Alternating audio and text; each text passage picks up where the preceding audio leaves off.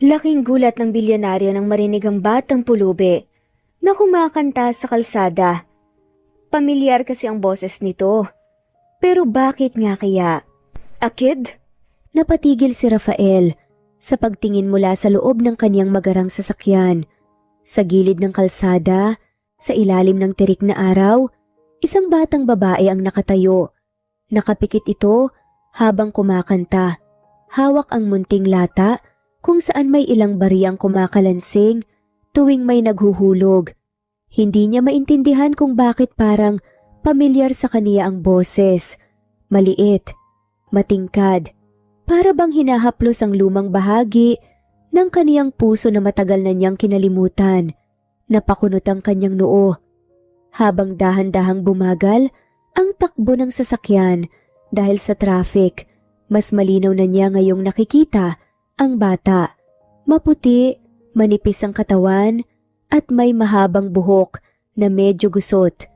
Pero nang ngumiti ito habang kumakanta, parang may sariling ilaw na nagmumula sa bata.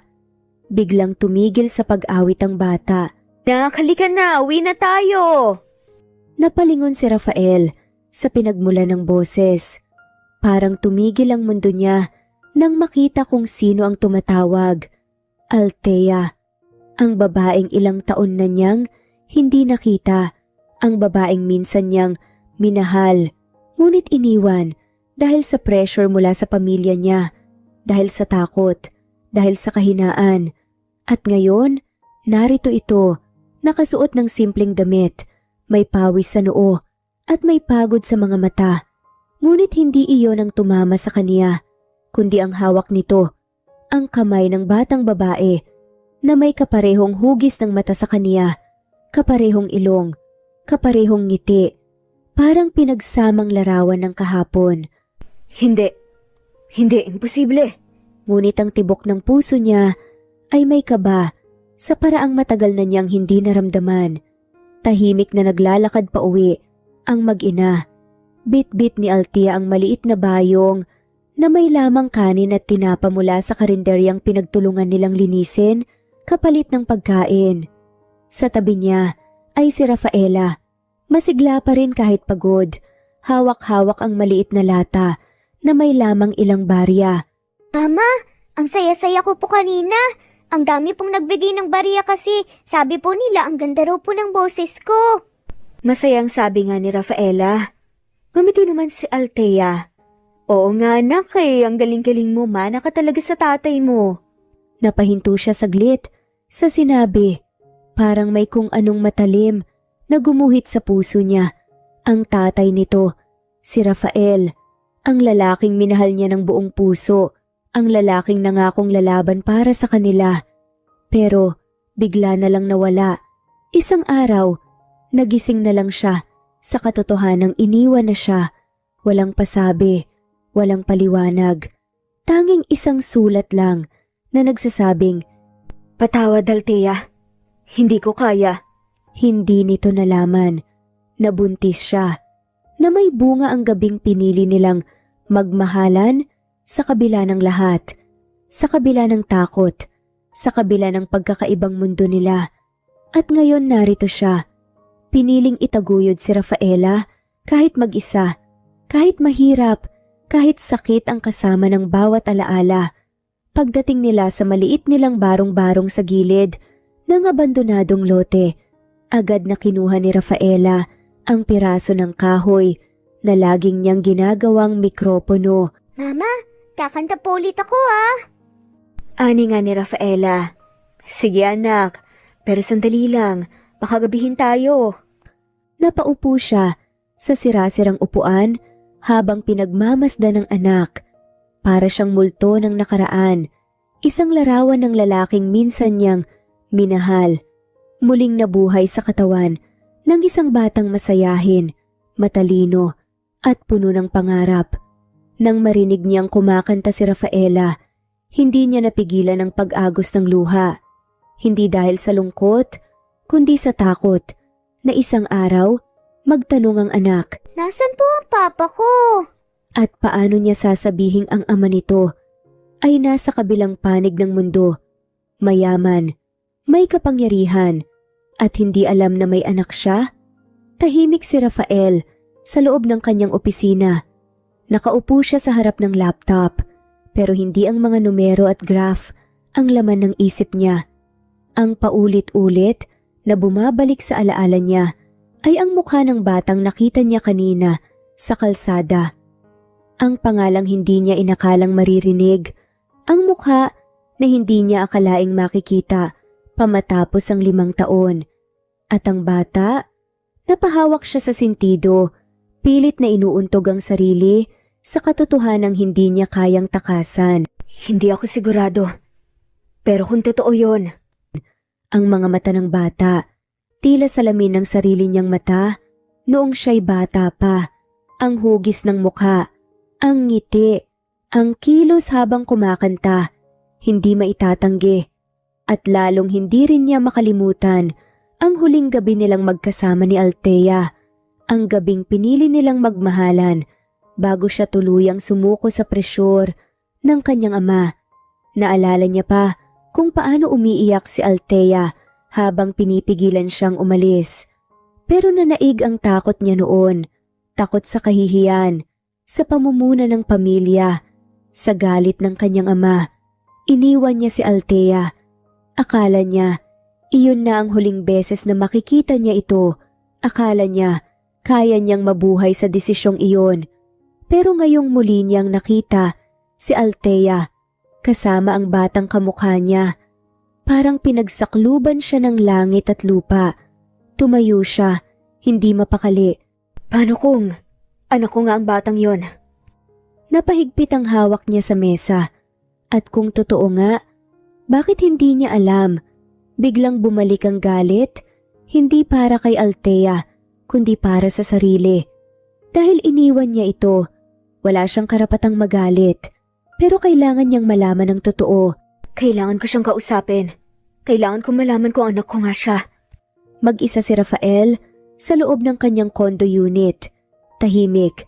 Walang tunog kundi ang malamig na hampas ng hangin mula sa aircon at ang mahinang tik-tak ng mamahaling relo sa kanyang pulso. Sa kamay niya ay isang baso ng whiskey, halos hindi na gumagalaw mula pa kanina. Pero sa isip niya, karapat-dapat ba ako? Muling sumagi sa alaala niya ang batang babae, masiyahin, buong tapang na kumakanta sa kalsada, waring walang takot o hiya, parang musmos na may dalang liwanag sa madilim na mundo. At ang tinig na tumawag dito, Althea. Nak? Napapikit siya, pilit pinapalaya sa isip ang alaala. Pero paano? Paano mo buburahin ang isang bagay na tila naukit na sa dibdib mo? 5 taon. 5 taon ng pananahimik. 5 taon na hindi niya inalam kung kumusta si Althea, ni hindi niya sinubukang hanapin ito. Hindi niya alam kung anong nangyari pagkatapos niyang iwan ito, kung paano ito tumayo mag-isa. At ngayon, isang sulyap lang, isang iglap, at parang sinuntok siya ng katotohanan. Bakit hindi niya sinabi? Pero agad ding sumunod ang sagot nga sa kanyang tanong. Bakit nga ba niya sasabihin? Iniwan mo siya. Tinakbuhan mong responsibilidad. Tinakot ka ng pamilya mo at pinili mong iwan ang babaeng nagsusumamo sa'yo. Sa isip-isip na ni Rafael, napaupo siya sa sofa at napahawak na nga lamang sa mukha. Mabigat ang dibdib. Tila may batong nakaumang sa gitna ng kanyang hininga. Kung anak ko nga siya, may karapatan ba akong pumasok ngayon sa buhay nila? Na parang walang nangyari? Na parang hindi ko sila pinabayaan? Muli niyang naalala ang mata ng bata, mga matang kopyang-kopya ng sa kanya. Hindi iyon ilusyon, hindi imahinasyon. At doon siya mas lalong natakot. Dahil kung anak niya nga ito, paano kung galit na galit si Althea sa kanya? Paano kung ayaw na nitong makita siya? Paano kung hindi siya tanggapin ng bata? Tumayo siya, lumapit sa bintana at tinitigan ang tanawin ng lungsod. Ilang buhay na ba ang winasak ng takot niya noon? Ngayon lang niya naisip, sa laki ng yaman niyang hawak, sa dami ng taong natutulungan ng kumpanya nila, bakit ngayong may posibleng anak siya? Parang wala siyang kapangyarihan. Anak ko nga kaya siya? Humigop siya ng huling lagok sa baso at sa kauna-unahang pagkakataon sa mahabang panahon, hindi pera, hindi negosyo at hindi pangalan ng kanilang angkan ang iniisip niya, kundi ang bata at si Althea. Maagang gumising si Rafael kinabukasan, ngunit hindi para sa meeting. Hindi rin para sa bagong business pitch na matagal nang nakaschedule. Ngayong araw, may mas mahalaga pa sa anumang deal o milyon. Ang paghahanap sa batang hindi mawaglit sa kanyang isipan at kay Althea, ang babaeng minsang minahal at maaaring minahal pa rin niya hanggang ngayon sa kabila ng lahat. Nasa loob siya ng itim na SUV kasama ang kanyang driver na si Mang Celso. Sir, sigurado po ba kayo dito? Ani nga ni Celso. Oo, dito kami dumaan kahapon. Bagalan mong pagpapatakbo. Tahimik ang loob ng sasakyan habang dahan-dahan nilang nilibot ang lugar. Mga lumang eskinita, mga karinderyang nilulumot ng panahon, mga batang naglalaro ng takyan sa tabi ng mga lumang pedicab. Nagsimulang kabahan si Rafael. Paano kung hindi na niya makita ang mga ito? Paano kung panaginip lang ang lahat? Ngunit hindi pa man sila tuluyang lumampas sa kabilang kanto, biglang tumigil ang sasakyan. Naroon, sa mismong kanto ng bangketa, sa ilalim ng lilim ng punong akasya, naroon ang isang batang babae na may hawak na lata. Kumakanta muli, parang walang bumabagabag sa mundo. Hindi niya pa rin alam ang pangalan ng bata, ngunit mas lalo na niyang nakita ang sarili sa batang iyon. Mula sa hugis ng mata, sa hugis ng labi, hanggang sa paraan ng paghawak sa lata, tila larawang buhay ng sarili niyang pagkabata. Napalunok si Rafael. Hindi niya agad alam kung lalapit ba siya o mananatili lang sa loob ng sasakyan. At di nagtagal. Anak, halika na muna. Magpahinga ka muna. Saad nga ni Althea. Lumingon siya sa pinanggalingan ng boses. Mula sa karinderya sa kanto, lumabas si Althea. Nakasuot ito ng simpleng duster, may tuwalyang nakapatong sa balikat at bahagyang pawisan. Ngunit, sa kabila ng lahat, para kay Rafael, hindi nagbago ang kagandahan nito. Mas tumatag pa nga.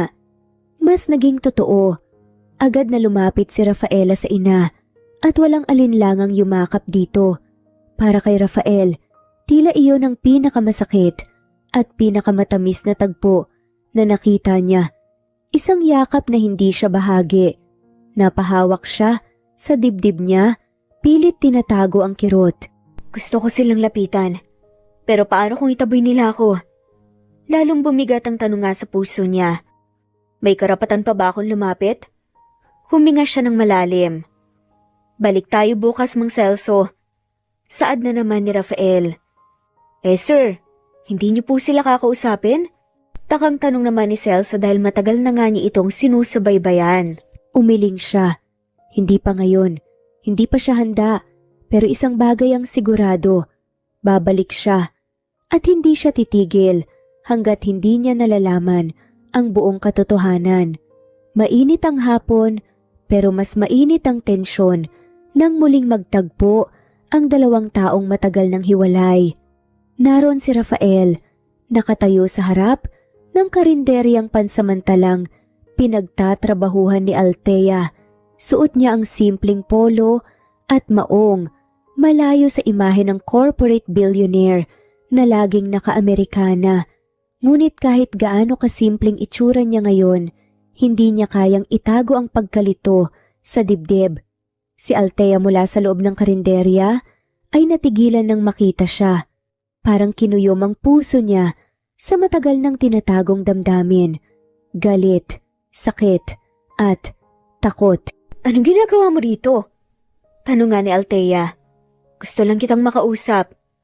Wala na tayong dapat pag-usapan pa. Mabilis siyang lumapit sa pinto at humarang para hindi ito makapasok. Kita sa mga mata niya ang galit. Hindi na ang dating Althea na mahinhin at tahimik. kundi isang inang handang ipaglaban ng anak.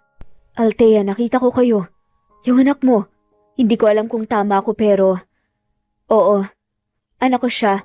Pero hindi siya laruan, Rafael. Hindi siya isang bagay na pwede mong balikan kapag convenient na sayo. Pagpuputol naman ni Althea. Natahimik si Rafael. Tanggap niya ang galit nito. Alam niyang deserve niya yon. Hindi mo malang tinanong kung kamusta ako. Iniwan mo ko, Rafael. Isang sulat lang ang iniwan mo.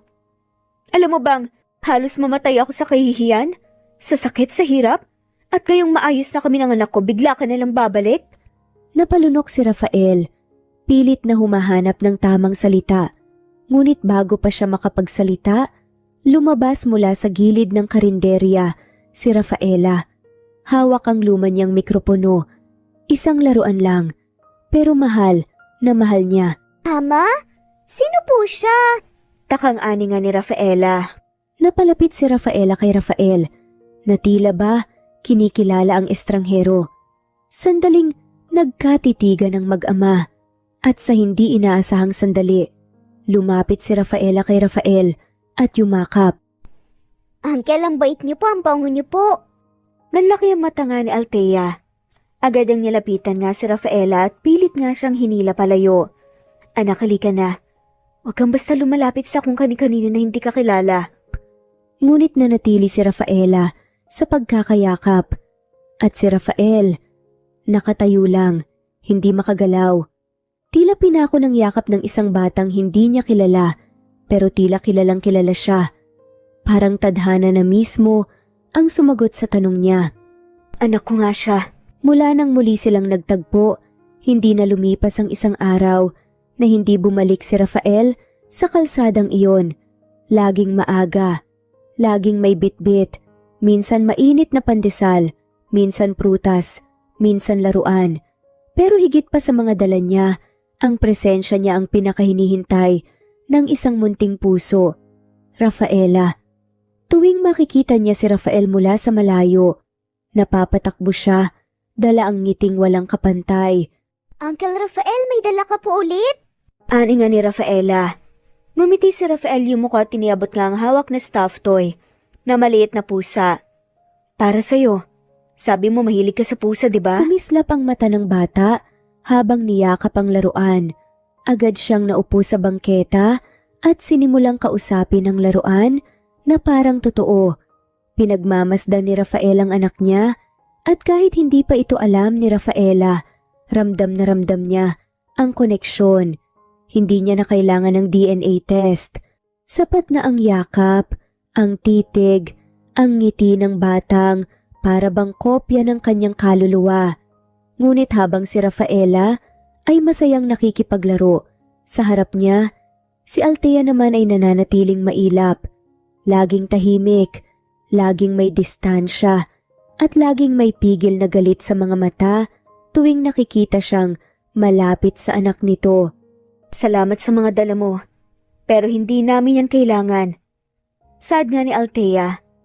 Althea, hindi ko to ginagawa para humingi ng pabor. Gusto kong bumawi, kahit kaunti. Hindi sumagot si Althea. Sa halip, pumasok siya muli sa loob ng karinderya. Habang si Rafaela ay naupo sa tabi ni Rafael, hawak ang laruan at ngumiting parang may sikretong kasiyahan. Alam mo po, Uncle, para po kayong superhero. Lagi po kayong nandyan, ang bait-bait niyo po. Napangiti si Rafael, pilit pinipigilan ng pagluha. Kung alam mo lang, anak. Kung alam mo lang. Hindi niya masabi. Hindi pa. Hindi pa handa si Althea. Hindi pa handa ang mundo ng anak niya. Pero araw-araw siyang babalik. Araw-araw siyang kikilos para ipakita kay Althea na hindi na siya ang Rafael na duwag.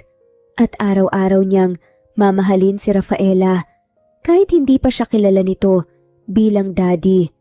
Isang Sabado ng umaga, abalang-abala si Althea sa karinderya. Maaga pa lang ay dumagsa na ang mga suki at trabahador mula sa katabing construction site. Sa kalagitnaan ng pagsisilbi ng pagkain, inihabilin muna niya si Rafaela sa matandang may-ari ng karinderya, si Lola Dory. Lola, pakibantayan muna si Rafaela ha. Baka mamaya kasi maglaro sa kalsada eh. Bilin nga ni Althea. Oo naman iha. Magpahinga ka naman paminsan-minsan.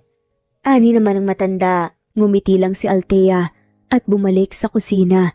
Samantala, si Rafaela naman ay nakaupo sa harap ng karinderya. Hinihigop ang kanyang taho. Palihim siyang tumitingin sa kalsada para bang may hinihintay. At dumating ito, ang itim na SUV na kabisado na niya. Bumukas ang pinto at bumaba ang pamilyar na figura. Uncle Rafael! Sigaw nga ni Rafaela. Mabilis siyang tumakbo papunta rito. Good morning, princess. Gusto mo ba ng ice cream? Gusto ko po pero hindi po pwede kay mami. Ani nga ni Rafaela. Sikreto lang natin, sandali lang tayo. Babalik ka agad bago ka hanapin, promise.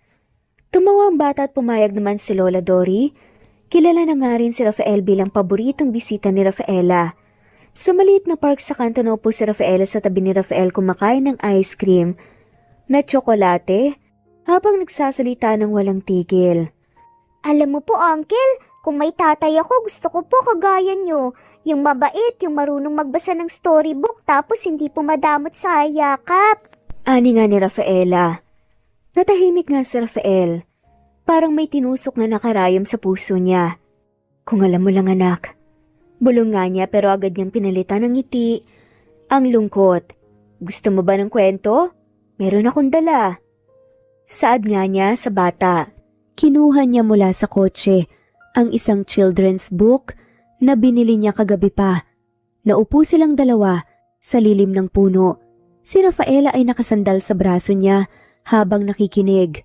Habang binabasa niya ang kwento, lihim siyang humihinga ng malalim. Iniipon ang bawat segundo ng sandaling ito. Isang sandaling parang pag-aari niya ang anak na matagal nang nawala sa buhay niya, kahit pasaglit lang. Pagbalik nila sa karinderya, abala pa rin si Althea. Wala siyang napansin, ngunit si Rafaela ay masayang masaya. May bagong kwento at may bagong ngiti. Isa na namang alaala, kasama ang hindi niya alam ay sarili niyang ama. At si Rafael, tahimik na umalis, ngunit sa puso niya, alam niyang babalik siya bukas. Dahil kahit hindi pa niya kayang sabihing, anak kita, sa bawat tawa at yakap ni Rafaela, ramdam niyang siya ay ama. Tanghali na nang muling dumaan si Rafael sa karinderya. Nakita niyang abala si Althea sa paglilinis sa likod, habang si Rafaela naman ay nakaupo sa lilim ng puno. Hawak-hawak ang bago nitong libro. Ang parehong librong binasa sa kanya ni Rafael kahapon. Lumapit siya, tahimik, maingat. Para bang sinisigurado niyang hindi siya makikita ni Althea. Hey princess, napalingon si Rafaela tagad nga na kumislap ang kanyang mga mata. Uncle Rafael! Saad nga ni Rafaela. Naglakad dito papalapit sabik na niyakap nga ang lalaki. Para bang wala nang iba sa mundo. Para bang matagal na nga silang magkasama. Anong binabasa mo? Yung kwento po na binasa nyo kahapon. Ako na po ang nababasa ngayon. Ang sabi po ni Mama dapat matutong magbasa mag-isa. Pero mas gusto ko po pag kayo po yung nagbabasa eh. Ani pa nga ni Rafaela. Tumawa si Rafael. Masaya ngunit may bahid ng lungkot. Umupo siya sa tabi ng bata at naglaro sila saglit gamit ang laruan nitong pusa. Naging masaya ang saglit na yon. Isang mundong tila sila lang ang meron. At habang naglalaro si Rafaela, bigla nitong ibinaba ang laruan, tumingin sa kanya ng diretsyo at walang pag-aalinlangang nagsabi, Daddy, ang saya po kapag nandito kayo. Ani nga ni Rafaela. Biglang natigilan si Rafael. Napatitig siya sa bata. Pilit pinigilan ng pag-iyak. Parang narinig niya ang pinakapinanabikan niyang salita sa buong buhay niya. Daddy. At sa di kalayuan, may nakarinig. Si Althea hawak pa ang basang-basahan. Nakatayo sa gilid ng karinderya. Tahimik ngunit gulat na gulat. Nanlaki ang mga mata niya. Halos mabitawan niya ang dala. Daddy? Tahimik niyang pinanood ang anak na nakaupo sa tabi ni Rafael. Masayang masaya. Para bang matagal nang kilala at minamahal ito. Hindi niya alam kung ano ang mas masakit, ang tawagin ng anak niya, ang taong iyon na daddy, o ang katotohanang parang totoo. Naglakad siya palapit, mabigat ang hakbang. Kita sa mukha niya ang sakit, pagkagulat, at takot na bumalik ang lahat ng iniwan niya noon. Rafaela! Sigaw nga ni Althea. Nagulat ang bata. Tumayo kagad at lumapit nga sa ina. Ano yung sinabi mo? Ulitin mo. Sabi ko po, Daddy, kasi po parang siya po talaga yun eh. Pwede po ba yun, Mama? Inosenteng sabi nga ni Rafaela. Napatitig si Althea kay Rafael. Hindi siya makapagsalita. Hindi niya alam kung paano haharapin ang sandaling matagal na niyang iniiwasan. At si Rafael, tumayo rin siya, pero hindi nagsalita. Lahat ng salita ay tila nalunok ng bigat ng katotohanan. Pero sa mga mata niya, malinaw ang sagot. Oo, ako ang daddy mo. Magkaharap sila ngayon. Sa pagitan nila ay katahimikang parang sumisigaw. Si Rafael, nananatiling tahimik, pero halata ang bigat sa dibdib. Si Rafaela, nakatayo sa gilid ni Althea, nakakunot ang noo, halatang naguguluhan sa tensyon sa pagitan ng dalawang taong mahal niya. Sabihin mo, Althea. Sabihin mo kung totoo. Siya ba ang anak ko? Napapikit si Althea. Ilang segundo, ilang malalim na hinga, ilang taon ng sakit ang biglang bumagsak sa mga balikat niya.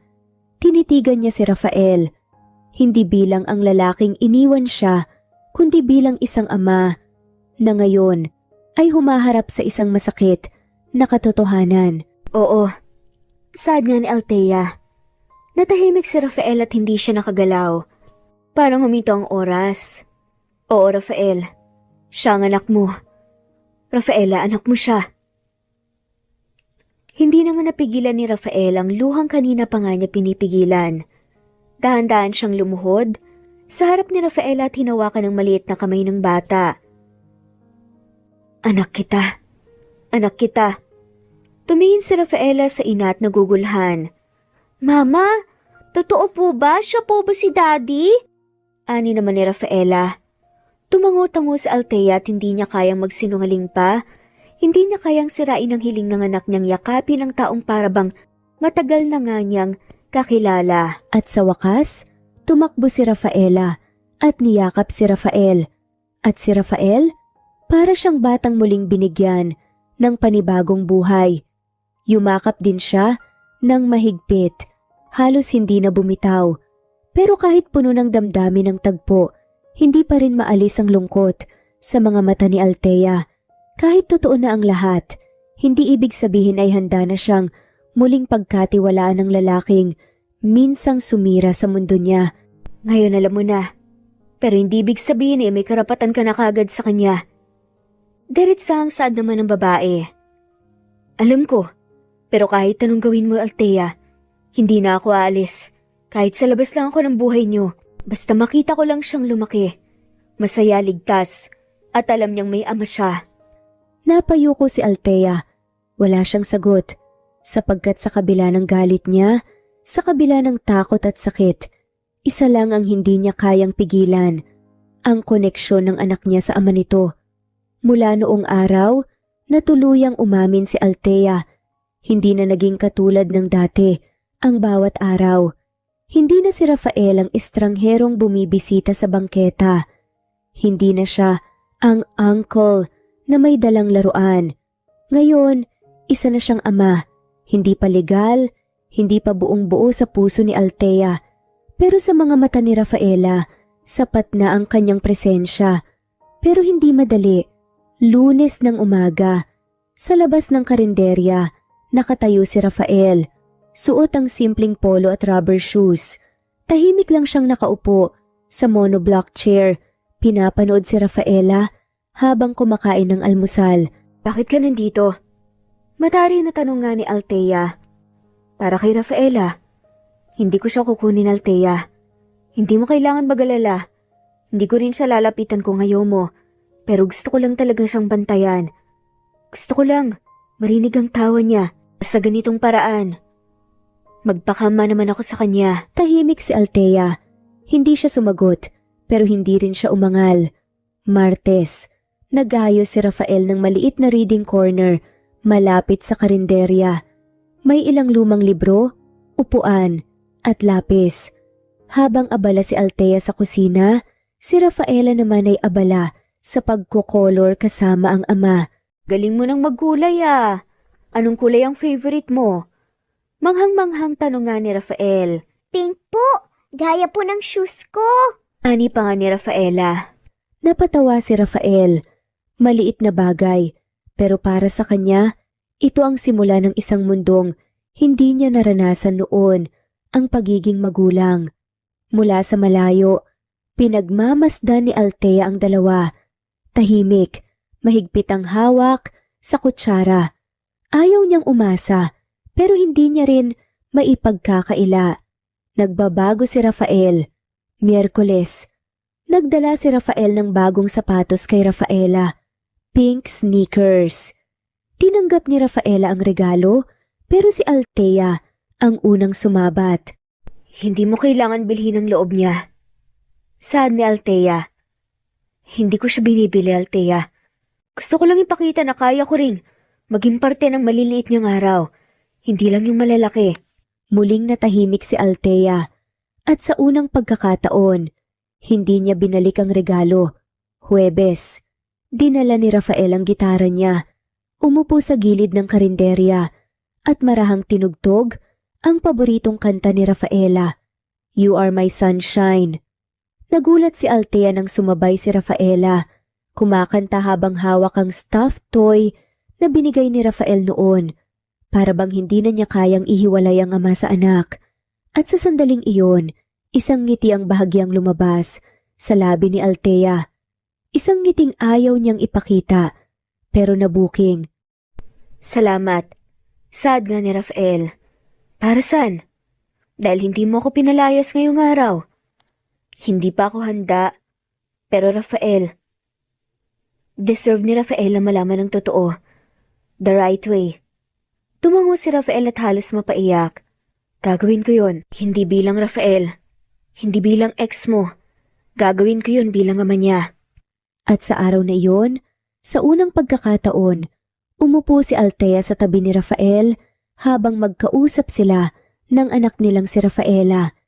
Hindi man iyon ang pagbabalik, pero tiyak, iyon ang bagong simula. Sabado ng umaga. Hindi gaya ng mga dati, hindi na si Rafael ang basta-basta dumarating sa karinderya. Ngayong araw, pinayagan na siya ni Althea.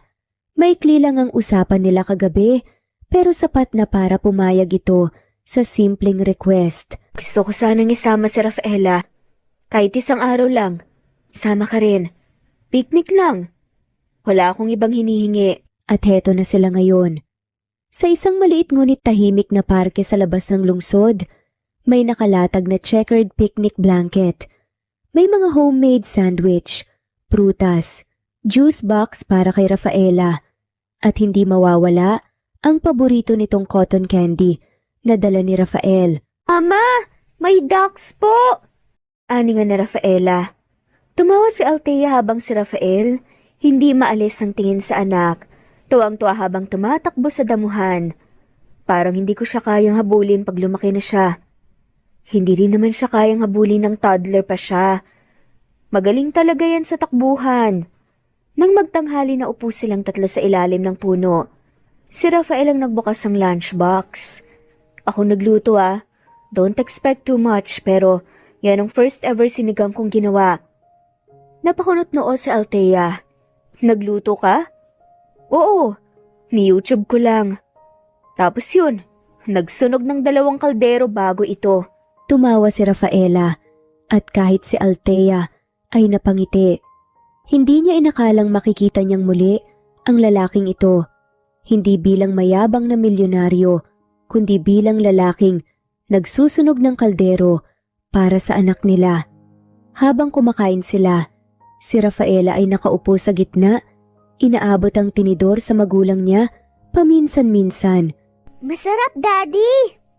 Ani nga ni Rafaela. Napatingin si Rafael kay Althea. Hinintay niya kung sasalungat ito, pero tumango lang si Althea, tahimik, at iniabot pa ang baso ng tubig sa kanya. Sa unang pagkakataon, parang pamilya sila. Pagkatapos kumain, nagsabit si Rafael ng duyan sa pagitan ng dalawang puno.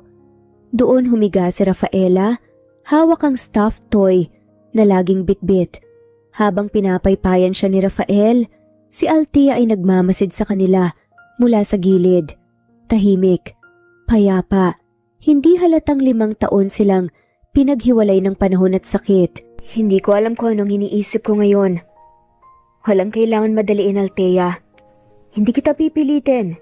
Pero salamat dahil kahit isang araw pinayagan mo akong maramdaman kung paano maging ama. Sa hapon, habang papauwi na sila, nakatulog si Rafaela sa sasakyan. Nakasandal sa balikat ni Rafael, habang si Althea naman ay tahimik na nakatingin sa bintana. Habang binabaybay nila ang daan pa uwi, isang bagay lang ang sigurado. Unti-unting nabubuo ang pamilyang minsang nawasak. At sa puso ni Althea, nagsisimula nang pumasok ang posibilidad na baka hindi lang si Rafaela ang pwedeng mabigyan ng panibagong simula. Baka pati silang dalawa ni Rafael. Wala sa plano ni Althea ang umalis sa karinderya. Wala rin sa puso niya ang manirahan sa lugar kung saan hindi niya hawak ang direksyon ng sarili niyang buhay. Pero dumating ang bagyong hindi nila inasahan. Isang gabi, malakas ang ulan. Lumubog ang kalsada sa tapat ng karinderya. Sa isang iglap, nabasa ang kanilang gamit. Ang maliit nilang silid sa itaas ng karinderya ay tumutulo at si Rafaela ay nagsimulang ubuhin sa lamig. Walang kuryente, walang tubig, at wala ring tahimik na pahinga. Habang yakap-yakap ni Althea ang anak sa kadiliman, biglang tumunog ang cellphone niya. Nakita ko sa balita ang area nyo. Dumaan ako. Nasa labas lang ako ng karinderya. Please, sumama na kayo sa akin. Nagala lang saad nga ni Rafael. Hindi siya agad sumagot. Ngunit nang marinig niyang lumalalim ang ubo ni Rafaela, hindi na siya nag-isip pa. Sa loob ng sasakyan, tahimik si Rafael habang si Althea ay yakap pa rin si Rafaela. Basa ang kanyang buhok. Maputla. Nang makarating sila sa lobby ng isang high-end condominium, hindi na siya nakapagsalita. Ito tayo? Tanong nga ni Althea. Dito kayo. Safe kayo rito. Malinis, may doktor kung kailangan. May kama, mainit na tubig. Hindi to para maging utang na loob. Gusto ko lang maging ama sa tamang paraan. Kinabukasan, nagising si Althea sa isang malambot na kama. May malamig na simoy ng aircon at si Rafaela ay natutulog pa rin. Tahimik ang paghinga. May bagong damit sa gilid ng kama at may sticky note sa lampshade. May breakfast sa mesa. Nasa office lang ako, tumawag ka lang kung kailangan mo ng kahit na ano. From Rafael. Lumipas ang 3 araw. Hindi pa rin umaalis si Althea. Pinilit niyang maghanap ng lilipatan pero wala siyang mahanap agad. At sa kabila ng kaba, wala siyang nararamdamang pamimilit mula kay Rafael. Hindi siya kinakausap tungkol sa kanila. Hindi siya sinusuyo. Hindi siya ginugulo. Tuwing uuwi si Rafaela lang ang agad na tumatakbo papunta sa kanya. Daddy, tignan mo po, may drawing ako na pamilya natin. Ani naman ni Rafaela. Itinuro ng bata ang simpleng drawing. Isang babae, isang lalaki, at isang batang may mahabang buhok. May araw, ulap, at mga puso sa paligid. Tahimik na tumingin si Rafael kay Althea. At si Althea ay hindi na umiiwas. Hindi na rin siya makatanggi. Hindi pa ito pagmamahalan muli, pero ito ay katahimikan na may pag-unawa. Sa gabing iyon, habang pinapatulog ni Althea si Rafaela, lumapit si Rafael sa pintuan, kumatok. Tumango si Althea. Lumabas sa silid nga at sinarado ang pinto. Pwede ba kita makausap? Tahimik silang naglakad sa may sala. Alam kong hindi pa ito natiwala. At hindi pa ito kapatawaran.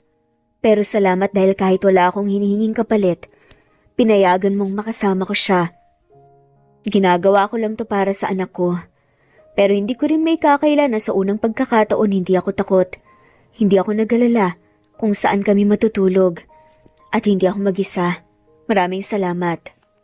Makabuluhang sagot naman ni Althea. 3 linggo na mula nang pansamantalang manirahan sina Althea at Rafaela sa kondo ni Rafael.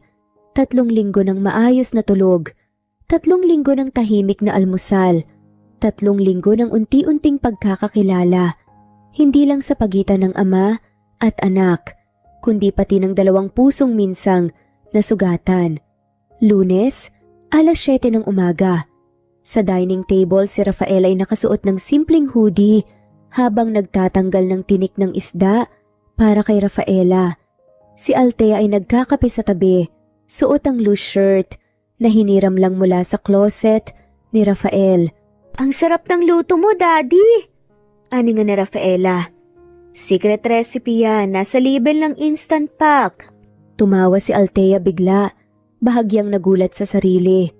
Hindi siya sanay tumawa sa presensya ni Rafael, pero unti-unti parang normal na ito. Miyerkules ng gabi, nakatulog si Rafaela sa sofa habang nanonood ng cartoons. Buo pa ang hawak nitong coloring book at lapis. Dahan-dahang binuhat ni Rafael ang anak papunta sa kwarto. Si Althea ang nagsaayos ng kumot. Napatingin siya sa eksenang iyon. Si Rafael, maingat at banayad habang tinitingnan ang anak na mahimbing ang tulog. Ang bilis niyang lumaki, no? Tanong nga ni Rafael. Oo, pero may mga parte sa paglaki niya na hindi mo naabutan. Pero gusto kong abutan lahat ng susunod. Sabado ng hapon, gumagawa sila ng cookies sa kusina. Si Rafaela ang tagahalo ng harina, habang si Althea ang tagasalo ng kalat. Si Rafael naman ay taga-cheer at minsan ay tagatingin ng recipe sa YouTube. Family cookies to kasi sama-sama tayong gumawa. Ani nga ni Rafaela. Napatingin si Althea kay Rafael at sabay silang ngumiti. Isang ngiting hindi pinagplanuhan pero sabay nilang naintindihan. Pagkalipas ng 1 oras, habang inaamoy ang bagong lutong cookies, si Rafaela ay nakatulog sa gitna ng kwarto. May tsokolate pa sa pisngi. Mukhang kailangan nating linisin ang sofa. Saad nga ni Althea. O hayaan na lang muna. Parang memory yan, masaya kahit magulo.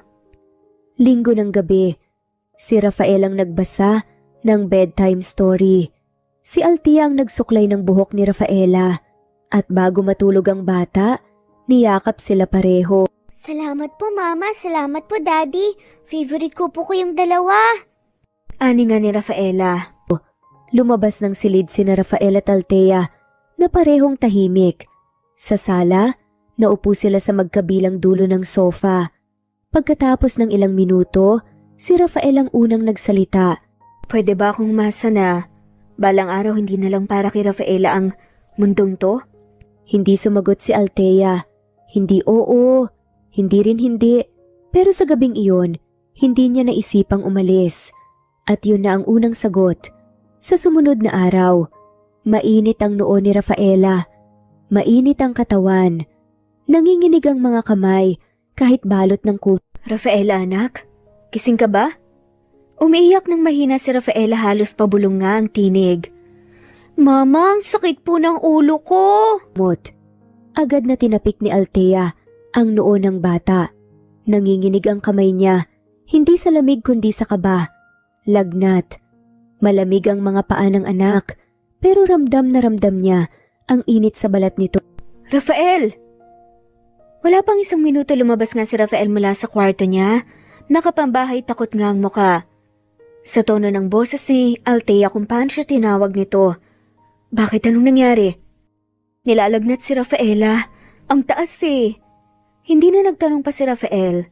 Tumakbo siya sa kitchen, kinuha ang thermometer.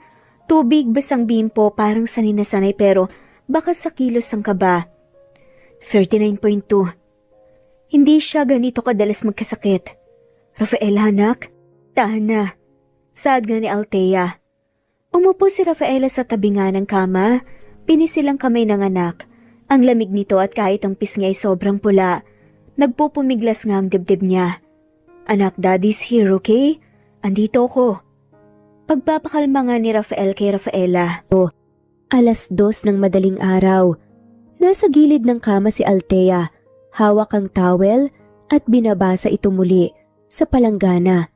Si Rafael, nakahiga sa carpet sa tabi ng kama, hawak pa rin ang thermometer habang nakabantay. Minsan ay sinisipat ni Rafael si Althea. Napansin niyang namumugto ang mata nito. Tila pinipigilang umiyak. Tumayo siya at dahan-dahang inilapit ang isang tasa ng salabat. Para sa'yo kahit kaunting init lang. Kinuha yan ni Althea. Sa wakas suminga siya ng malalim. Natatakot ako. Saad nga ni Althea. Ako rin. Maya-maya ay napayo ko si Althea parang bata. Pinipigil ang hikbi. Ayoko manghina pero kapag ganito siya para bang bumabalik lahat ng takot. Na ako lang may hawak sa buhay niya na baka hindi ko kaya. Tumayo si Rafael at lumapit. Hindi siya humawak, hindi siya yumakap, pero naupo siya sa tabi ng babae at bumulong. Hindi mo kailangan mag-isa. Hindi na ngayon. Hindi, habang andito ako. Tumingin si Althea sa kanya. Walang sinabi, walang iyakan, pero sa mata nila may unti-unting pagbitaw sa luma nilang takot. Bumaba na ang lagnat ni Rafaela. Dahan-dahan itong nagmulat ng mata. Mahina pa, pero ngumingiti. Mama, Daddy, nandito po kayo? Aningan ni Rafaela.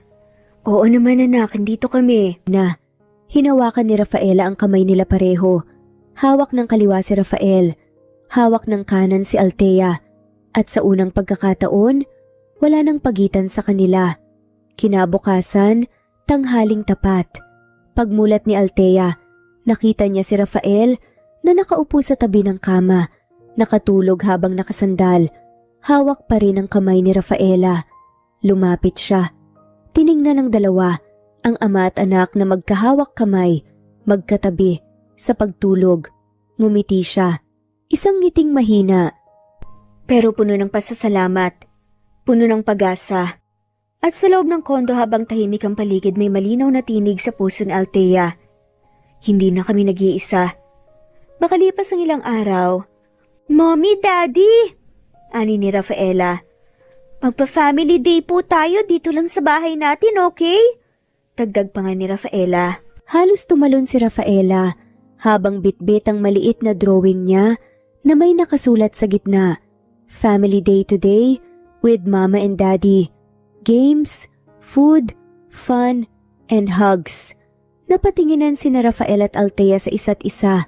Parehong di alam kung matatawa ba o maiiyak sa kalambingan at pagiging kusang loob ng anak nila. Sigurado ka bang gusto mong dito lang? Ayaw mo sa bar ko sa mall? Ayoko pong maraming tao, gusto ko pong sa bahay lang natin kasi dito po tayo buo. Ani Rafaela. Natigilan si Rafael sa salitang bahay natin. 8:00 ng umaga, abala na silang tatlo sa kusina. Si Rafael, naka-apron, nagsasaing at nagluluto ng spaghetti na may napakaraming hotdog. Si Althea, nagbe-bake ng simpleng banana muffins gamit ang recipe ng nanay niya. Si Rafaela, abala sa pagdedekorasyon ng balloons at banner na may nakasulat, Team Our Family. Team po tayo kasi love natin ang isa't isa, di ba? Ani pa nga ni Rafaela. Walang nakasagot agad. Pero parehong ginitian ng mga magulang niya ang isa't isa. Isang ngiting may pagka-amused, may kirot, may tinatanggap na katotohanan. Bandang tanghali, naghain sila ng pagkain sa mismong sala. Walang mesa, picnic style, carpet, unan, paper plates. May juice box pa si Rafaela at plastic wine glass si Rafael at Althea na nilagyan lang ng tubig. Cheers po sa first family day natin! Ani Rafaela. Nag-toast silang tatlo at sa bawat kagat, sa bawat tawa ni Rafaela, unti-unting nagiging bahay ang 4 na sulok ng kondo. Ilang araw ang lumipas. Naging natural na ang pagiging kami nila sa kondo kahit walang label. Magkaibang kwarto, Magkasabay kumain, sabay magbantay kay Rafaela kapag may homework. Parang mag-asawa, parang dati. Isang gabi nanonood sila ng movie habang tulog na si Rafaela sa couch. Comedy sana ang pinili ni Rafael, pero sa kalagitnaan, pareho silang hindi na tumatawa. Nasa pagitan nila ang isang throw pillow, pero damang-dama ang bigat ng katahimikan. Namiss ko to. Saad nga ni Rafael. Napakulot na si Althea. Anong to? Usisa nga niya. Tayo. Walang sagot si Althea. Huminga lang siya nang malalim, pinikit ang mga mata. Hindi niya kayang sabihing, ako rin. Hindi pa ngayon. Pero sa gabing iyon, bago sila matulog, iniwan niya sa mesa ang paborito niyang tsaa. Para kay Rafael, walang note, walang salita. Pero sapat na yon para sabihin, na-miss din kita. Ilang gabi pa ang lumipas. Niyaya ni Rafael si Althea sa balcony habang tulog si Rafaela. May dalang-dalawang tasa ng kape. Walang ilaw, tanging ilaw mula sa city lights sa malayo ang bumabalot sa kanila. Bakit hindi mo ko tinanong kung may iba na ba ako? Ayoko marinig ang sagot. Saad naman ni Althea. Ako nang magsasabi. Wala akong hinanap na iba. Wala akong naging kapalit sa puso ko. Hindi ibig sabihin nun ako pa rin ang gusto mo. Saad nga nito. Pero totoo. Katahimikan. Nagkatinginan sila, matagal. Walang salita, walang hawakan. Pero pareho silang hindi na lumayo. Walang mahal kita, walang gusto pa rin kita. Pero sa puso nilang dalawa, sabay nilang narinig ang parehong katotohanan. Nandito pa rin. Ang kondo ay nanatiling tahimik. Walang bisita, walang ingay. Tanging silang tatlo pa rin ang nasa loob. Si Rafaela, na masayang bata, si Althea, na naninimbang, at si Rafael, na nananatiling present pero hindi mapilit. Habang natutulog si Rafaela sa kwarto, sabay sina Althea at Rafael sa pagligpit ng pinagkainan. Ngayon lang ulit ako nakain ng tahimik. Saad ni Althea. Ngayon lang din ulit ako umuwi ng ganito. Paano? Tanong nga ng babae. May naghihintay. May tawanan. May malamig ng gabi pero may init sa loob. Napalunok si Althea. Ipinagpatuloy niya ang paghuhugas. Pero nagulat siya nang mahinang dumampi ang kamay ni Rafael sa likod ng palad niya. Hindi sadya. O baka sadya. Hindi na niya sigurado. Hindi siya umiwas. Isang araw, habang naglilinis ng bodega, nadulas si Althea habang abala sa pag-abot ng kahon. Agad siyang sinalo ni Rafael. Mabilis, malapit, parang eksena sa pelikula. Napatitig siya sa mga mata nito.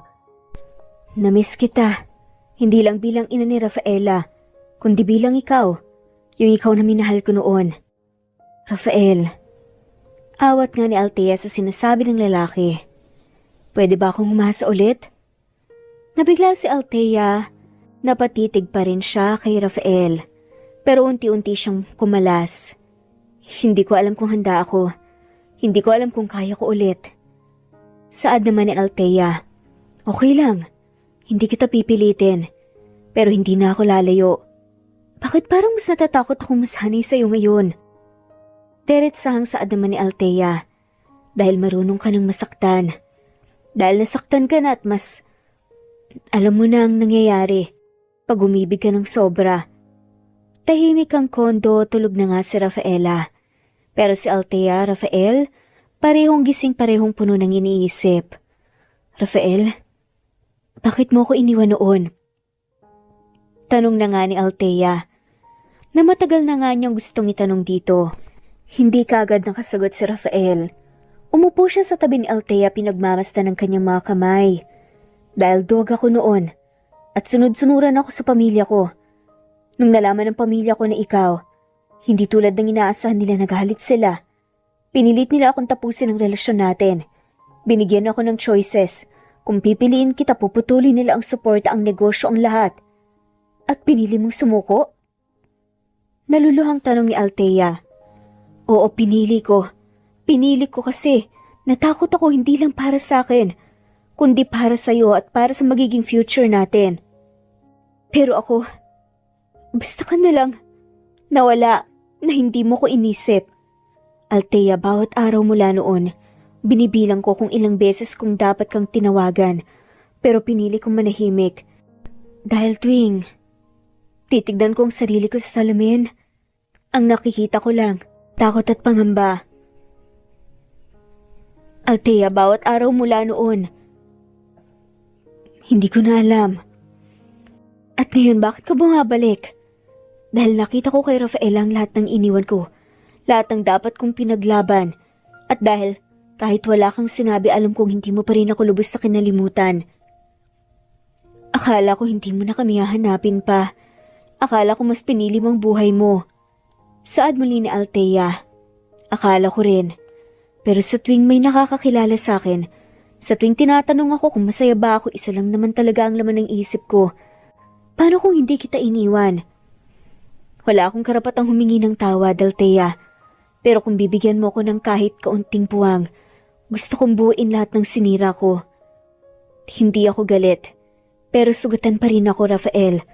At natatakot pa rin ako. I understand, Althea. Handa akong maghintay. Hindi para sa sarili ko, kundi para sa'yo. Maya-maya pa ay dahan-dahang tinungo nga ni Althea ang noon niya sa balikat ni Rafael. Mama, Daddy, dito na lang po kayo matulog. Ani ni Rafael. Sabay tayo, please. Dagdag pa ng kanilang anak. Bata pa si Rafaela, pero pakiramdam niya may nabago. Hindi niya alam ang dahilan ng lungkot sa mga mata ng kanyang mama kanina. Hindi rin niya naiintindihan kung bakit ang daddy niya ay tahimik habang nakaupo sa gilid ng kama. Pero ang alam niya, mas buo ang gabi kapag magkatabi silang tatlo. Kasya ba tayo rito? Nagtatakang tanong nga ni Althea. Kahit siksikan basta magkakasama. Tayong tatlo, Team R pa rin yan! Sabat naman ni Rafaela. At doon, sa simpleng kama ng isang bata, pumuwesto silang tatlo. Si Rafaela sa gitna, nakayakap sa dalawang magulang. Si Rafael sa kaliwa, si Althea sa kanan. Tahimik ang gabi. Uulan na naman. Tila ba gusto ring makisama ng panahon sa pagiging mahimbing ng sandaling ito. Mama, pag may panaginip po akong pangit, hawakan niyo po yung kamay ko ah. Tulong ni Rafaela habang nakapikit. Ngumiti naman si Althea. Oo naman anak. Tati, ikaw din po. Palagi anak. Natutuwang saad din naman ni Rafael. Habang tulog na si Rafaela, nagkatinginan sina Althea at Rafael sa dilim. Walang ilaw. Tanging liwanag mula sa bintana ang bumabalot sa silweta ng kanilang mukha. Hindi sila nag-usap. Pero dahan-dahang humawak si Rafael sa kamay ni Althea, sa ibabaw ng maliit na kamay ni Rafaela. At si Althea, hindi na kumalas. Sa unang pagkakataon, sa mahabang panahon, nakatulog si Althea ng walang takot. At si Rafael, sa unang pagkakataon, ay hindi nagising na mag-isa. Bago pumikit, isang mahina, halos hindi marinig na bulong ang lumabas sa labi ni Althea. Salamat sa pananatili mo ngayon. Saad nga ni Althea. At bulong naman ni Rafael sa sarili niya. Ngayon pa nga lang ako nagsisimula. Ngayon pa lang nagsisimula ang pagbawi ko. Mabilis na lumipas ang mga araw. Darating sila ngayon? Tanong nga ni Althea. Oo, hindi ko sila pinilit pero sinabi kong kung may panahon sila gusto kong mahalin ulit. Ang babaeng mahal ko sa tamang oras. Tahimik si Althea. Hindi dahil galit siya, kundi dahil may sugat na kailangang harapin. Maya-maya tumunog ang doorbell. Tumayo si Rafael. Binuksan ang pinto at naroon sila, sina Hinoo at Ginang Montemayor. Ang dating matigas, ang dating mapanghusga, ngunit ngayon may luha na sa mata. Anak, ani nga ng Ginang. Patawad Rafael sa lahat ng kasalanan namin. Sa pagpapalayo namin sa'yo, sa pagmamalaki namin noon. Ani nga ng Ginoo. Lumapit naman si Althea. Tahimik, hindi nakangiti pero hindi rin naiinis. At higit sa lahat, Althea anak, patawad. Saad ng ginang. Napatitig si Althea, ang babaeng nagpahiwalay sa kanila, ang babaeng naging dahilan kung bakit siya iniwan. Pinilit kong paghiwalayin kayo noon dahil akala ko mali ka para sa anak ko, pero ngayon kitang-kita kung gaano mo siya kamahal, kung gaano mo siya pinatatag, at higit sa lahat, turan nga ng ginang, kung paano mo siya pinigyang pamilya. Mama, Daddy, sino po sila? Tanong nga ni Rafaela. Anak, sila ang mga lolo't lola mo. Saad naman ni Rafael. Talaga po may lolo't lola ako? Ani nga ni Rafaela. Tumakbo siya at niyakap ang dalawa. Halos hindi makagalaw si Mrs. Montemayor, ang batang hindi nila inasahan. Ngayon ay nasa bisig nila. Buhay, may ngiting totoo, apong hindi nila kailanman nakilala hanggang ngayon. Anak, patawad sa lahat ng taon na hindi ka namin nayakap. Saad nga ng ginang. Pangako mo lang ngayon hindi ka na mawawala sa amin. Sambit na naman ni Rafael habang nakatingin sa eksenang yun. Napaluha si Althea. Lumapit si Rafael, marahang pinisilang kamay niya. Ito na ngayon, ang pamilyang dati mong hiniyakan. Ngayon gusto nang maging bahagi ng pamilya mo. Saad naman ni Rafael. At hindi ko akalaing maririnig ko ang salitang patawad mula sa kanila. Pagpuputol naman sa kanya ni Althea. Pagkatapos ng yakapan, sabay-sabay silang umupo para sa meriendang inihanda ni Althea. Si Rafaela ay tuwang-tuwa. Nagsusubo ng cookies sa lolo't lola niya habang excited. Lolo, Lola, marunong po akong kumanta. Gusto niyo pong marinig? Saad nga ni Rafaela. Aba syempre naman, ang ganda-ganda mo palang bata po. Saad pa nga ng ina ni Rafael. Habang tinitingnan ni Rafael ang buong eksena, alam niyang may isa pang sugat na unti-unting naghihilom. Hindi lang dahil nagsorry ang mga magulang niya, kundi dahil pinatunayan niyang totoo ang pagmamahal kahit ilang taon pa ang nawala. Sa mga mata ni Althea, ramdam niya na buo na sila. Hindi perpekto, pero handang magsimula ulit, kasama ang lahat. Habang naglalakad, si Rafaela ay naiwan sa lola't lolo niya na sumama rin sa trip. Dumating sila sa isang spot. May nakaplastar na picnic setup, mga lantern, isang maliit na violin music na tumutugtog. Ala ko noon mawawala ka na talaga, pero mas akala ko wala akong karapatang maghabol. Saad ni Rafael, pero naghabol ka. Tsaka naghintay. Tsaka nakita ko naman yung sinseridad mo sa pagbawi. Sincere naman na saad ni Althea. At ngayon hindi na kita hihintayin pang bumalik. Dahil alam kong nasa harap ko na. Buo matapang at ikaw pa rin ang babaeng gusto kong mahalin habang buhay. Lumuhod siya at dahan-dahan. Walang ingranding linyahang hiniram. Saad na nga nito ng buong puso. Althea, will you marry me? Natahimik si Althea. Ang hangin ay tila huminto. Ang alon ay tila sumabay sa tibok ng puso niya. Hawak niya ang mukha niya. Di makapaniwala. Di siya umiyak ng sobrang drama. Pero tumulo ang luha dahil sa dami ng pinagdaanan, ito na ang sagot. Of course yes, I will marry you. 1,000 yeses noon pa. Saad na nga ni Althea. Niyakap siya ni Rafael. Mahigpit. Hindi lang bilang nobyo, kundi bilang lalaking handang panagutan ng lahat. Mabilis na lumipas ang mga araw. At ngayon na ang araw ng kasal ni Althea at Rafael. Si Rafael ang unang nagbasa ng kaniyang vow. Althea, bago kita iniwan noon, akala ko tama ang pinili ko. Akala ko, kaya kong mabuhay nang wala ka. Pero sa bawat taon na lumipas, dala ko ang alaala mo. Hindi lang bilang babaeng minahal ko, kundi bilang pusong iniwan kong hindi na ako matahimik. Ngayon sa harap ng pamilya natin, ng anak nating si Rafaela, pinapangako ko na hindi na ako aalis. Kahit kailan, sa bawat pagsubok ikaw ang pipiliin kong kasangga. Sa bawat gabi, uuwi ako sa iyong tabi. Hindi kita bubuin dahil buo ka na. pero mamahalin kita ng buo araw-araw habang buhay. Ang sumunod naman ay si Althea. Rafael, noon sinubukan kong kalimutan ka at inilaban ko ang araw-araw na wala ka.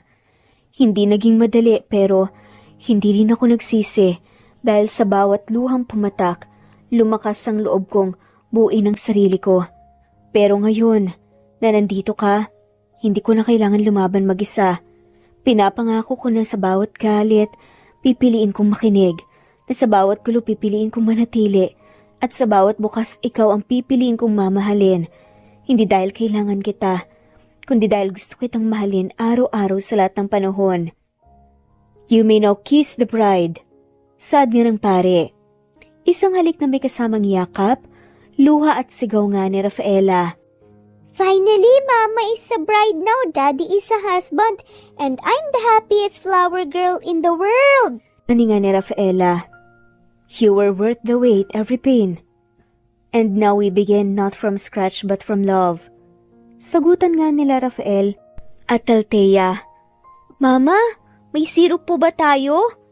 Ani na nga ni Rafaela nang minsang tahimik nga sila sa kanilang tirahan. Wait lang, mahal, nasan yung pan sa pancake? Ganito nagsimula ang linggo sa tahanan ng Montemayor. Isang taong kasal na nga sina Althea at Rafael. At isa pang batang mas energetic pa kaysa sa araw, si Rafaela. This house used to be quiet. Sad pa nga ni Rafael, and lonely. Ang baby sa tiyan ni Althea tinatawag nga na the kicker kasi kapag kumakanta si Rafaela, sumisipa ito. Twinkle, twinkle, little. Kanta nga ni Rafaela. Ouch, ayan na naman. See, he's a fan. Saad nga ni Althea. Calm down, little man. Or little princess. Daddy's cooking your first pancake. Si Rafaela nakahiga nga sa gitna ng kama. Si Rafael at Althea na sa magkabilang gilid. What's the best part of being married?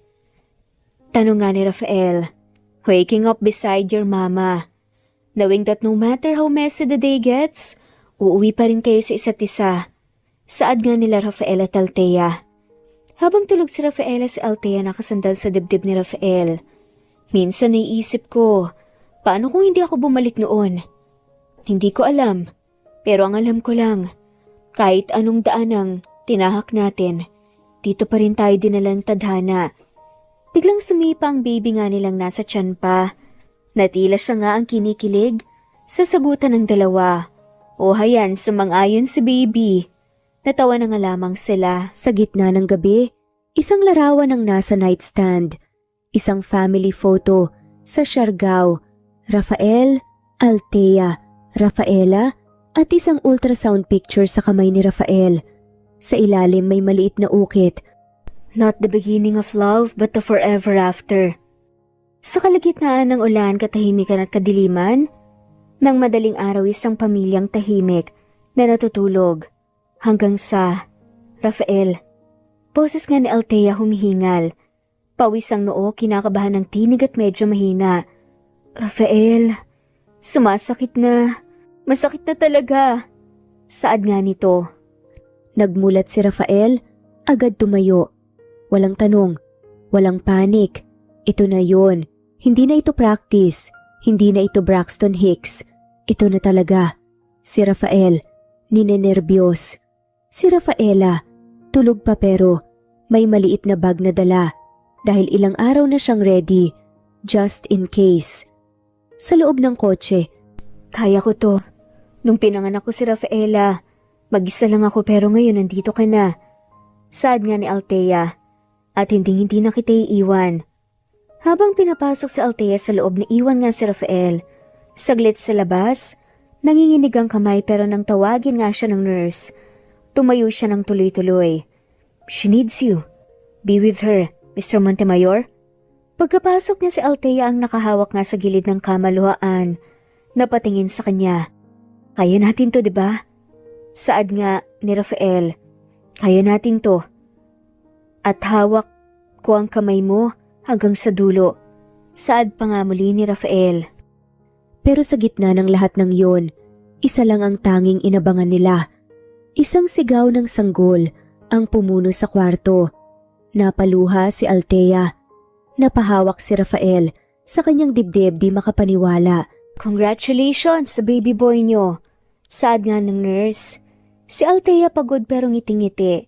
Si Rafael nanginginig pa rin ng kamay habang tinanggap ang maliliit na kamay ng kanyang bagong anak. Hi, ako nga pala yung daddy mo. Naghintay ako buong buhay ko para makilala ka. Pagkalabas nila sa delivery room, nandoon si Rafaela. Inaantok pero gising may hawak na maliit na stuffed animal. Is that him? Baby brother? Sadgan ni Rafaela. Oo anak, gusto mo siyang hawakan? Hi baby, don't worry, Ate's here. I will protect you. Aningan ni Rafaela. Habang tulog si baby Elias, Althea ay sumandal sa balikat nga ni Rafael. Dalawa na sila. Dalawang dahilan ko para maging lalaking karapat-dapat. At ako, isa pa rin babae sa buhay mo? Tanong nga ni Althea. Hindi. Ikaw ang simula ng lahat. At ikaw ang dahilan kung bakit may forever kami. Sa balcony ng kondo naroon si Rafael at Althea. Nakaupo sa rattan chair. Magkatabing nakabalot nga sa isang blanket hawak ang tigisang tasa ng tsaa. Tahimik lang silang nakatanaw sa mga ilaw ng lungsod. Naalala mo yung unang beses na nakita ulit?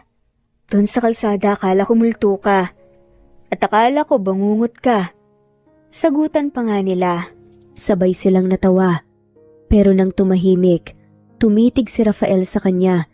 Hindi na ito yung titig na nag-aalinlangan. Hindi na ito yung titig na humihingi ng tawad. Ito na yung titig na nagsasabing, ngayon na. Althea, tawag nga ni Rafael. Yes, I love you. Ulitin mo nga. I love you, I never stopped, not even when I left. Saad muli ni Rafael. Hindi madali ang lahat, Rafael. Alam ko pero kaya natin kasi mahal din kita. Saad na nga ni Althea. Every version of you kahit pagod, kahit gising buong gabi, kahit nangangarag, at kahit may eye bags, may stretch marks at may dalawang anak na humihila ng buhok ko. Lalong mahal. At doon dahan-dahan nga niyang inilapit ang mukha niya. Let's grow old, okay? Sobra akong game dyan. Sad nga ni Althea. At habang hinihipa ng hangin ang buhok ni Althea, habang kumikislap ang mga ilaw sa malayo, at habang tahimik ang gabi, sa wakas, hindi na tanong kung mahal pa ba nila ang isa't isa. Mommy, si Elias po is chewing my pencil again. Ani nga ni Rafaela. Because you put it in my robot, ate. Sambit ni Elias. Unang bungad sa araw, hindi alarm clock kundi away bati na laro ng dalawang bata. Si Rafael 7 taong gulang, confident, matalino at medyo bossy. Si Elias naman 3 taong gulang, clingy, curious at certified mama's boy. Good morning, Warzone. Saad nga ni Rafael. Good morning, Commander. Battle report? 2 waffles down, 3 kisses needed. Saad ni Rafael. Si Rafael na nakakape kunwari teacher, si Elias sa malakasuot ng pot sa ulo bilang helmet. Elias, anong ginagawa mo? Saad nga ni Althea. I'm saving ate, she's stuck in the volcano. Saad ni Elias. It's okay, mommy. May lava lang sa ilalim ng sofa. Kaya pala mainit tong bahay. Umiiling na nga lamang na saad ni Althea. Matapos ng kanilang laro ay naisipan nilang mag-grocery. We need 4 kinds of cereal. Ani ni Rafaela. I want the purple one. No, the green one. Ani nga ni Elias. We're not here to start a cereal war, okay? Mga anak, I thought relaxing tong Sunday grocery date natin. Natatawa tumiiling na nga lamang na saad ni Rafael. This is relaxing. They are not jumping sa freezer section, diba? At least, nabawasan yung kalat sa bahay. Saad naman ni Althea. Si Elias biglang tumakbo, papuntang frozen aisle. Habang nagsiset ng table si Althea, si Rafael ay sumasayaw, kasama si Elias sa gitna ng kusina. Si Rafaela naman, naka-microphone na laro ang kutsara, nag-a-announce ng Family Awards Night. Best pancake flipper. Daddy, best hugs, mommy. Cutest, me and Elias. Ani nga ni Rafael. I win! Biglang sigaw ni Elias. Gusto ko ng award for best wife. Saad naman ni Rafael, hinalikan ni Althea ang asawa. Awarded every day. Tatlo silang magkayakap sa isang malaking kama. Si Elias nakapatong sa tiyan ni Rafael. Si Rafaela, yakap ang isang stuffed turtle. Si Althea, nasa gitna, nakahawak sa kamay ni Rafael. Hangin lang sa labas at tunog ng hilik ni Elias ang maririnig. Do you ever think this is the dream we didn't know we needed? Tanong nga ni Rafael. Every day, every mess, every hug. This is the kind of love I never knew I deserve. Saad naman ni Althea. Maaga-maaga pa lang pero gising na nga ang buong pamilya. Hindi dahil sa alarm clock, kundi dahil sa excited na sigaw nga mula sa maliit na bata. Mommy, Daddy, pupunta na po tayo ng airport! Ani nga ni Elias. Si Elias, suot ang backpack na mas malaki pa sa kanya, ay paikot-ikot sa sala habang nakatsinelas pa. Si Rafaela naman, maayos ang suot na hoodie at may hawak ng maliit na notepad. Checklist, passports? Check. Snacks? Check. Power bank? Elias, bakit may laruan kang martilyo sa bag mo? Kinakabahang ani ni Rafaela sa kapatid. Pang-defense sa dragon sa airport. Sagot naman ni Elias. Walang dragon sa airport, anak, ang dapat mong i-defend ay ang sarili mo sa jet lag. Natatawa, tumiiling na nga lamang na saad ni Althea. Commander, ready na ba ang tropa? Tanong naman ni Rafael. General, baka ikaw ang hindi pa ready. Yung passport mo, kanina mo pa hinahanap. Saad nga ni Althea. Sa van papuntang airport, tulog na agad si Elias habang yakap-yakap ang neck pillow na pinalamutian ng dinosaur. Si Rafaela, excited at alert, para bang siya ang co-pilot. Pagdating sa Hong Kong, sinalubong sila ng malamig na hangin at tanawin na tila galing sa libro ni Rafaela, mataas na gusali, makukulay na ilaw, at ang tunog ng iba't ibang wika sa paligid. Wow, parang ibang multo! Ani nga ni Rafaela. Parang space adventure!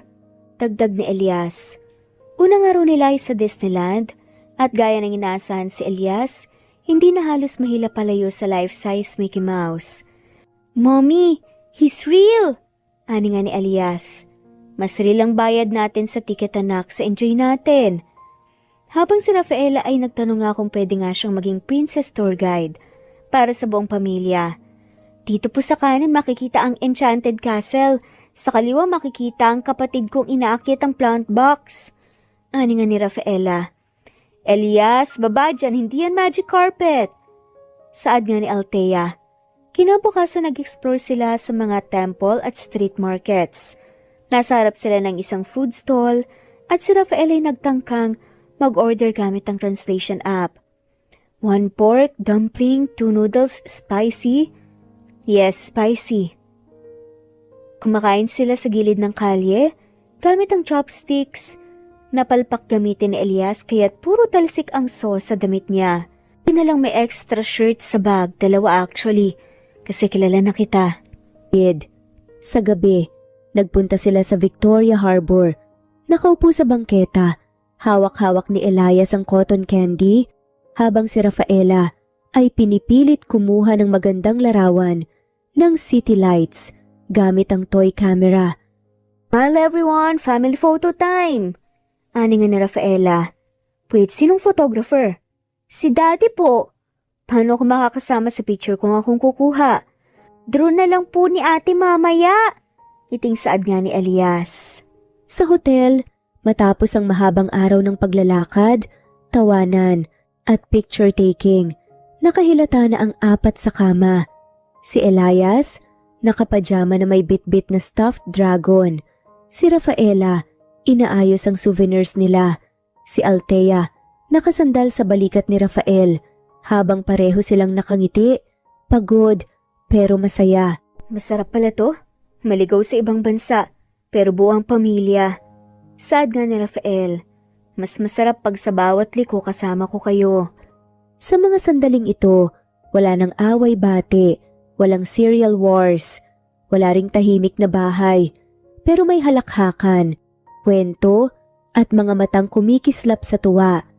Dahil minsan, ang pinakamasayang bakasyon ay hindi tungkol sa lugar, kundi kung sino ang kasama mo sa bawat hakbang. Kinabukasan, maaga pa lang ay gising na si Rafaela. Nakasuot na siya ng shades, may sling bag na may sticker ng unicorn at may hawak pang maliit na mapa. Mommy, Daddy, today's agenda. Ngongping Village, cable car, and mysterious cows. Ani nga ni Rafaela. Cows? Real cows? Nanlalaking matang sa adaman ni Elias. Anak, yung cow doon hindi pwedeng yakapin na. Okay po, yakap ko na lang si ate. Saad nga ni Elias.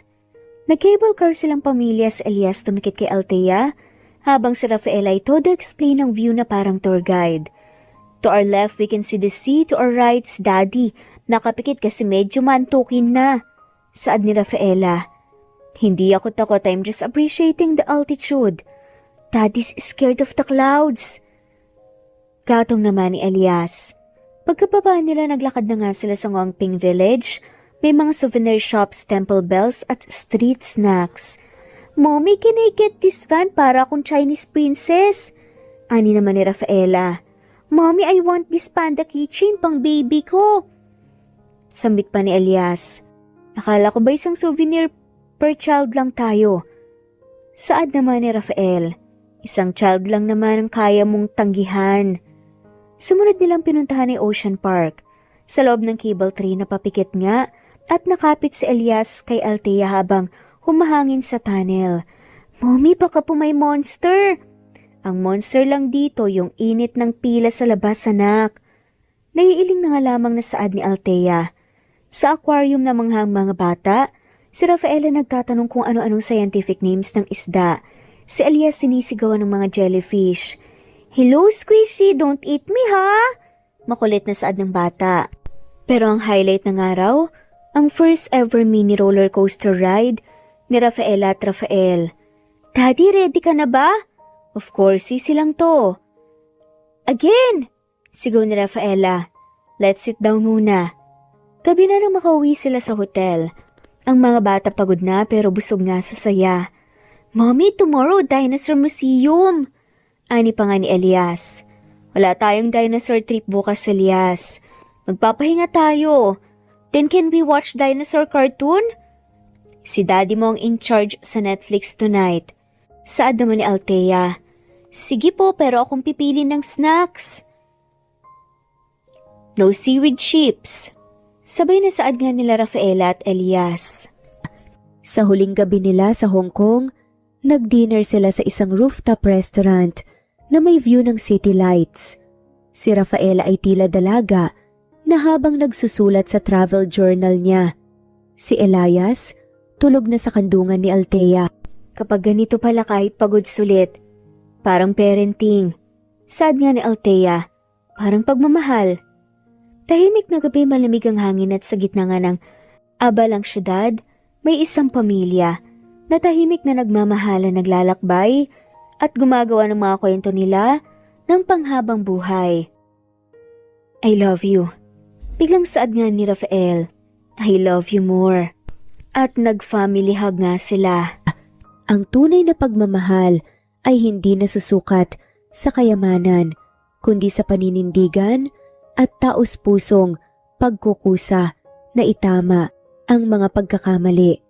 Minsan tayong sinasaktan ng nakaraan, ngunit sa pagbibigay ng pangalawang pagkakataon at muling pagtitiwala, posibleng mabuo muli ang isang pamilyang winasak ng takot at pag-iwas. Sa huli, ang tahanan ay hindi matatagpuan sa marangyang lugar, kundi sa piling ng mga taong tunay na nagmamahal. At dito na nga po nagtatapos ang kwentong pagmamahalan ni Althea at Rafael. Maraming salamat po sa lahat at shoutout po sa mga sumusunod. Rodrigo Valerio of Balanga City, Bataan, Rosal, Rosalie, Ana Flor Saico, Carlo Gayorgor, Jelly Tampos, Rosemary Vasquez Presbyteros Rose, Eli Evangelista Anderson, Fe Navares, Ostonalito Catherine, Ara Adhani, Jean the Best of UK, Lily Sales, Rose Mebocadon of Saudi Arabia, Ellie, Liliano Bebe of Italy, Lily, Loida Gabas, Ellen Cervantes of Malolo City, Bulacan, Evangeline Zamora, Jennifer Odias of Claveria, Miss Oriental, Nori, Annalyn Divina Gracia, Merlilyn Linley Nora Balias of Siargao Island, Meding, Elvi Candontol, Wilma Dargantes, Helen Murillo, Ara Adhani, Carmencita Falcon, Ederlina Albiso, Florence De Leon, Rebecca Tezuka, Annie Hoson, Matea Ejes, Nancy Navarra, Teresita Schmid, Mercedita San Jose of Antipolo City, Princess Rocker, Marilu Gulmatico, Ana Victoria, Imelda Forteza of Calamba City, Jan Lulete, Batang Ibunan, Pinay, Elsa Kimura, Fatima, Ellie Ramirez of Caloocan, Liliano, Saida, Flordet, Helen Murillo, Jelly Tampos, Senen Orzame, Elaila, Leonisa Azotes of Bacolod City, Pasita Eliazar, Romana Gorospe, Flor Cabrera of Laguna, Carmencita Falcon, Ronilio, Conchita Alcos, Rosemary Vasquez, Eli Bitasolo of Milan, Italy, Marilyn San Jose, Fe Navarez, Annie Hoson, Evangeline Zamora, Imelda Taay, Charlene Cartilia, Julieta Hermosura, Elvi Candontol, Teresita Schmid, Marilyn Sasaki, Christina, Jessica Vargas, Christian Fidelino, Marie Cristal Hilario, Elsa Opiane, Princess Rocker of Riyadh, KSA, Marisa de los Reyes, Merlilyn, Juliet Panlilio, Daisy Blaza, Susan, Presbyteros Rose, Maria Evangelista, Eli Evangelista Anderson, Marisa de los Reyes of Saudi Arabia, Conchita Alos Rage, Ana Flor Saico, Christian Fidelino, Judith Castro, Beth Sardina, Jelly Tampos, Fatma Mansul, Senenor Zame, Flor Cabrera of Santa Rosa, Laguna, Liliano Bebe, Ostonalito Elvi Candontol, Ellie, Romana Gorospe, Marilyn Sasaki of Japan, Flordet, Elizabeth Tena, Rad TV of Hong Kong, Jean the Best of UK, Nizar Sams, Annie Hoson, Eli Bitasolo, Marilyn San Jose, Imelda Fortes of Calamba City, Violeta Irgarin of Kamsur, Flordet, Jessica Vargas, Jingjing, Rosa Franca Abelian of Cebu, Wendy Goth of Japan, Teresita Schmid, Theodora Gamit, Rebecca Tezuka of Japan, Nori, Baylin, Margie Angon of Maragondon, Batang Ibunan, Marilu Gulmatico, Leda Dapito, Geraldine Ana Victoria Linley of Macau, Marites Nitura, Reynante Salamanya, Pasita Eliazar, Jingjing Nazareno, Gina Monge, Rosemary Vasquez, Mercy Villantes, Freda Reyes, Teresita Loida Gabas, Christian Fidelino, Ellie, Wilma Dargantes, Teresita de los Santos, Teodora Gamit, Rosemary, Romana, Leonisa, Kidim, Jean Debes, Eddie Codillian of Winnipeg, Canada, Flor, Ellie, Emily, Elaila, Merlin, Leonisa Azotes, M. Season Vlog, Princess Rocker, Emma Gura, Flora Pasita Eleazar of Ontario, Canada, Eli Bitasol of Milan, Italy, Carmencita Falcon, Rayland Pudadera, Marilu Gulmatico, Imelda, Liliano, Senen, Fatma Mansul, Teodora Gamit, Mercy, Evangeline Zamora, Chabidal, Kinciano Obas, Charlene Cartilla, Sofia Moore, Dumlao of Santiago City, Andrea Taga, Teodoro Rolyuki, Ligaya Calvo, Maria Teresa Rosendo Corpin, Lida Rojas, Stephanie Arroyo, Kidim, Bonifacio Quinzon, D.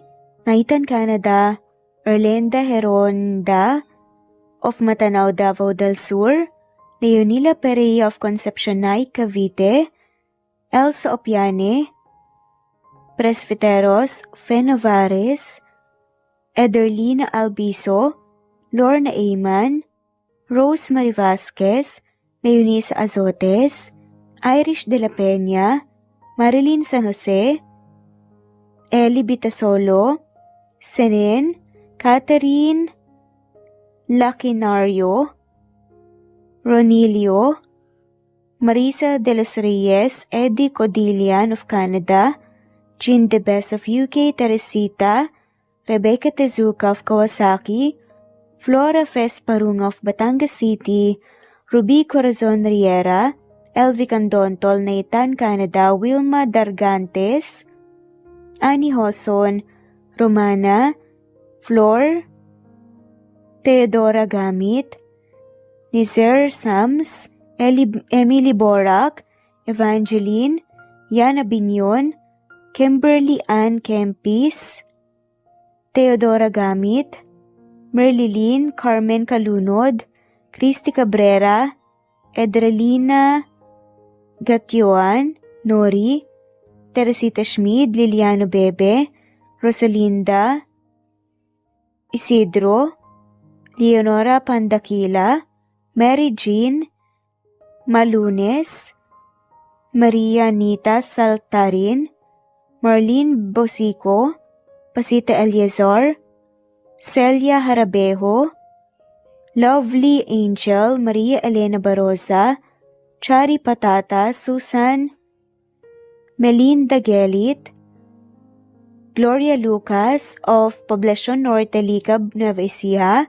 Francis Pilapil from Binganonan, Rizal, Ruby Corazon, Chabidal, Mary Joy Sabaresa, Lebuna Arnel, Angie, Reder, Kinciano Ebas, Lucia Baldo, Ara Adhani, Yamasuka, Evangeline Bautista, Mary Joy, Rodrigo Valerio of Balanga City, Bataan, Rosal, Rosalie, Ana Flor Saico, Carlo Gayorgor, Jelly Tampos, Rosemary Vasquez Presbiteros Rose, Eli Evangelista Anderson, Fe Navares, Ostonolito Catherine, Ara Adhani, Jean Debes of UK, Lily Sales, Rose Mebukadon of Saudi Arabia,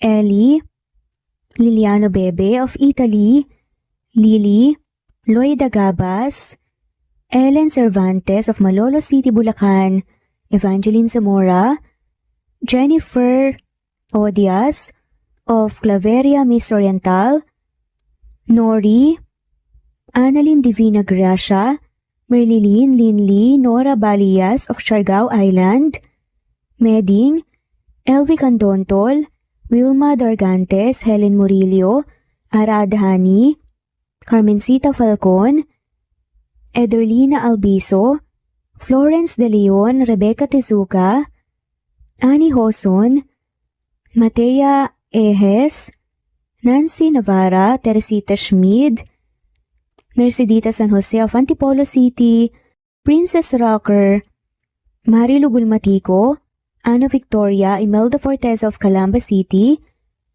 Jan Lulete, Batang Ibunan, Pinay, Elsa Kimura, Fatima, Eli Ramirez of Caloocan, Liliano, Saida, Flordet, Helen Murillo, Jelly Tampos, Senen Orzame, Elaila, Leonisa Azotes of Bacolod City, Pasita Eliazar, Romana Gorospe, Flor Cabrera of Laguna, Carmencita Falcon, Ronilio, Conchita Alcos, Rosemary Vasquez, Eli Bitasolo of Milan, Italy, Marilyn San Jose, Fe Navarez, Annie Hoson, Evangeline Zamora, Imelda Taay, Charlene Cartilla, Julieta Hermosura, Elvi Candontol, Teresita Schmid, Marilyn Sasaki, Christina, Jessica Vargas, Christian Fidelino, Marie Cristal Hilario, Elsa Opiane, Princess Rocker of Riyadh, KSA, Marisa de los Reyes, Merlilyn, Juliet Panlilio, Daisy Blaza, Susan of France, Mercy Villantes, Renalyn Obenza, Wilma Dargantes, Not Green Fox, Carmelita Mendoza, Marilyn Babula, Berry, Liliano Bebe, Presbyteros Rose, Medel Talon, Jane, Lani Pardillo, Marlene Kayanan, Leonisa Azotes, D.